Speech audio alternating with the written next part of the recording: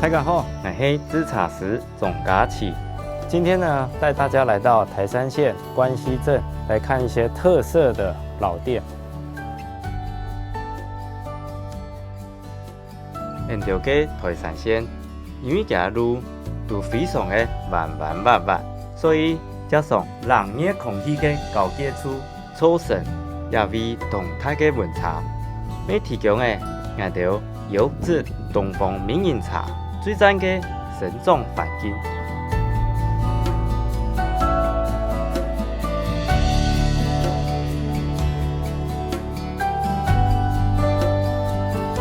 今日呢，就带大家来到关西，头拜啊，就是在早期的时候，我们讲到红茶哦，有些人以为是就日月潭或鱼池乡，其实关西这里呢是最早台湾红茶迈向全世界80几个港口的起点。然后今天带大家来这边一探究竟。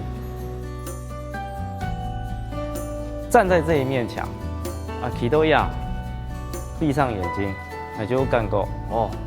回到头拜，港口的工人很努力的把最棒的茶叶装上商船给洋行，然后再往全世界的那一种骄傲。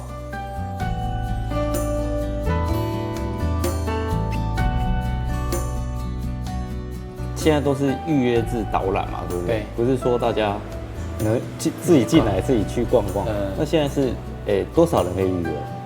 我们基本上你只要一个人，我们也是只要人力排得出来，我们也是做一个人。对，一个人也是。那为什么要用预约制？主要是因为你知道我们还在生产。其实除了文化馆部分，里面还会经过产线，这些设备都还在使用，所以我们跟一般比较不一样，不能开放自由参观，危险哦。对，再加上因为其实这些历史，我觉得有必要传承嘛，所以我们要透过导览的方式，没有办法让他自己在里面逛。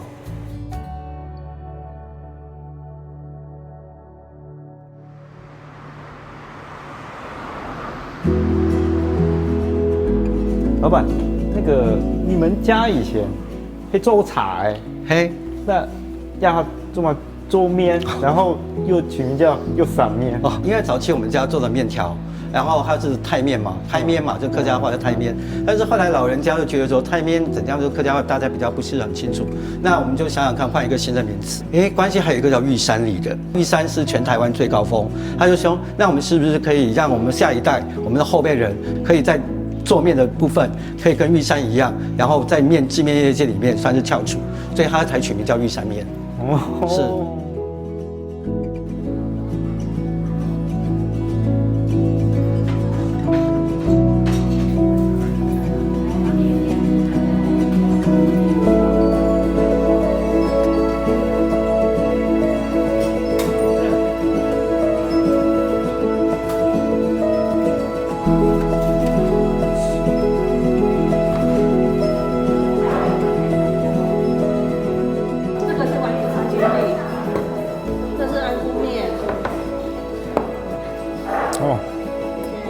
吃饭了，吃面了啊！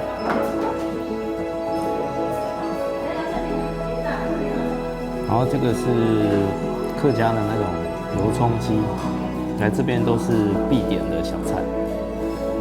这个是我们当地关西那边就是有那个仙草嘛，就是拿来煮这个秋刀鱼，是一个安菇面一个特色的菜色。这个就是我们传统古早的那种干拌面，它其实是烫过以后，很简单的加上油葱跟那个酱料，就是一个简单的幸福美味，很香。